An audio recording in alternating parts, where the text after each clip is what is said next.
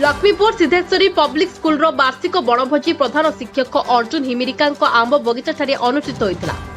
Laxmipur Siddheshwari public school रो वार्षिक बणभोजी प्रधान शिक्षक अर्जुन हिमिरिका आंब बगीचा ठारे अनुष्ठित होता।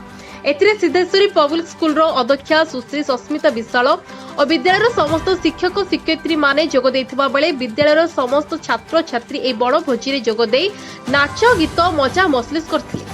बणभोजी रे प्रथमे छात्र छात्री मानकु बिस्कुट ठंडा पानीय जल देला परे खाइबारे बिरियानी सादा भात डाली चिली चिकेन चिकेन तरकारी और चिकेन पकोड़ा मिक्स भेज डाली और पाइस इत्यादि खाइबा कराइतिबा छात्र छात्री प्रकाश करथिले। एबले बर्वार्षिक बणभोजी करिबा द्वारा छात्र छात्री मानक मानसिक स्तर रे एक उत्साह आनिदेबा निमंते प्रतिवर्ष बणभोजी करा जाउथिबा सिद्धेश्वरी पब्लिक स्कूल रो अध्यक्षा सुश्री सस्मिता विश्वाल प्रकाश करथिले।